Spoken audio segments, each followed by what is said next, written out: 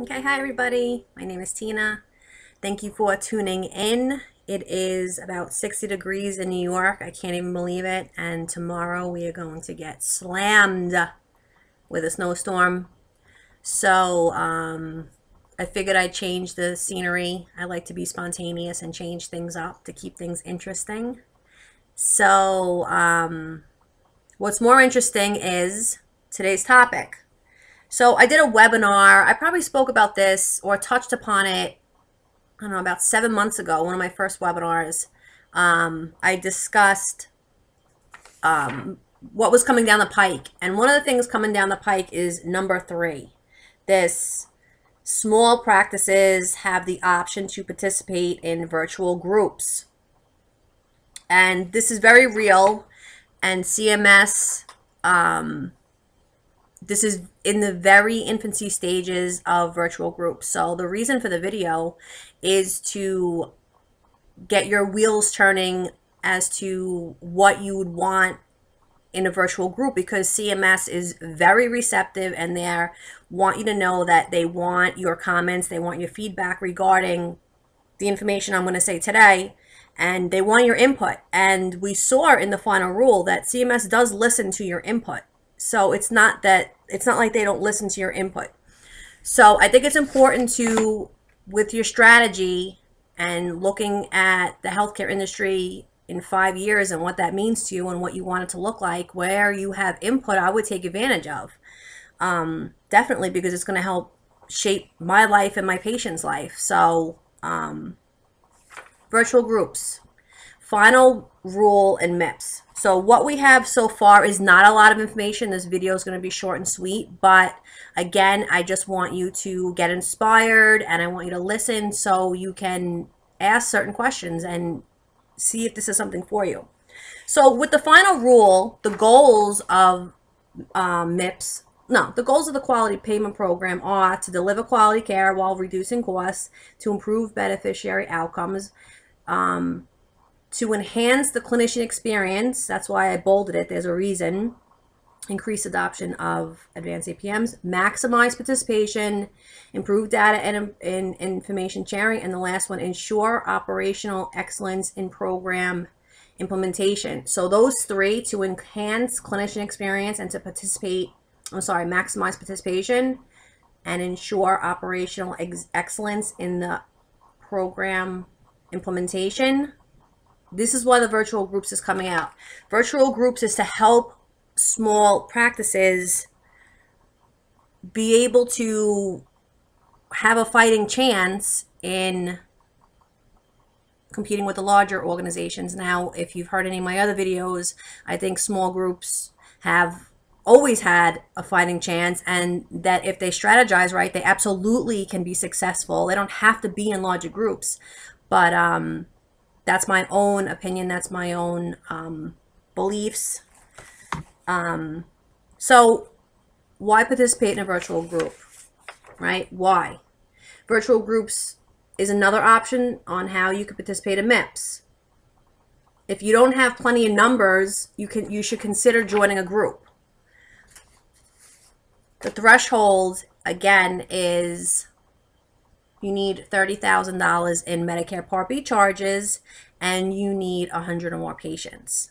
If you don't meet your numbers, you should consider, or just consider, joining a virtual group. Okay, so one of the benefits of joining a virtual group. So virtual groups provide the opportunity to coordinate care within your community, and it gives the small practices the edge over larger practices. It does help. So what the hell is a virtual group, right? What is a virtual group? A virtual group is solo practitioner or group practice of 10 or less with their MPIs. 11 or more doesn't qualify.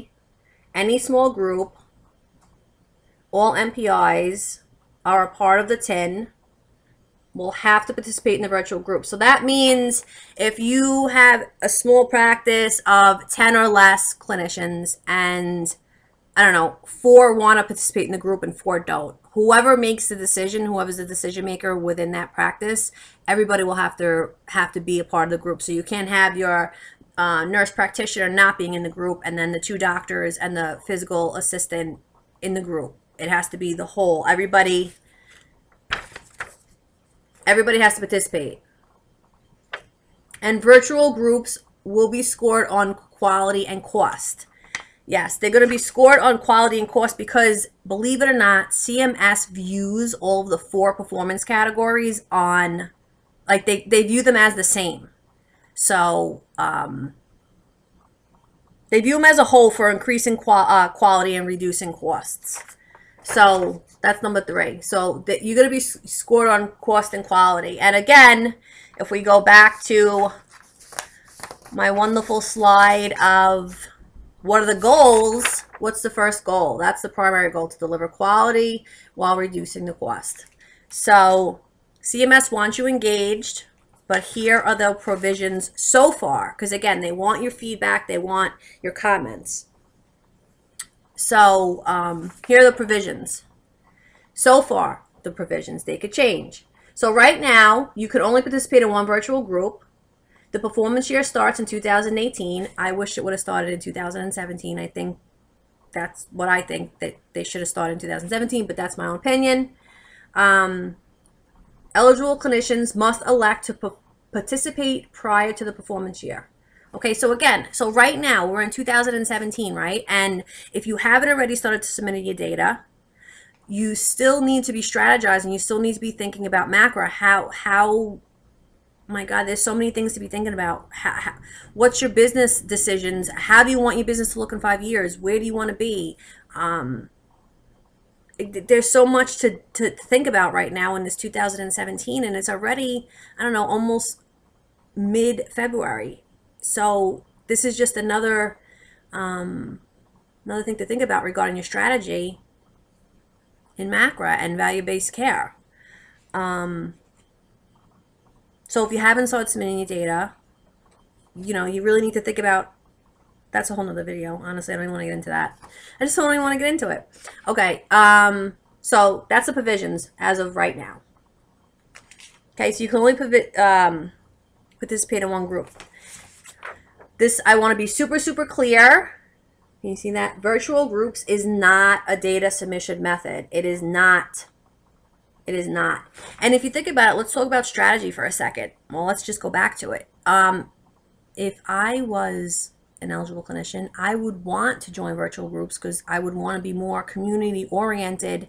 And because again, it's creative medicine. That's my whole motto, is creative medicine, practice medicine more creatively, not traditionally. There's so many ways to practice creative medicine.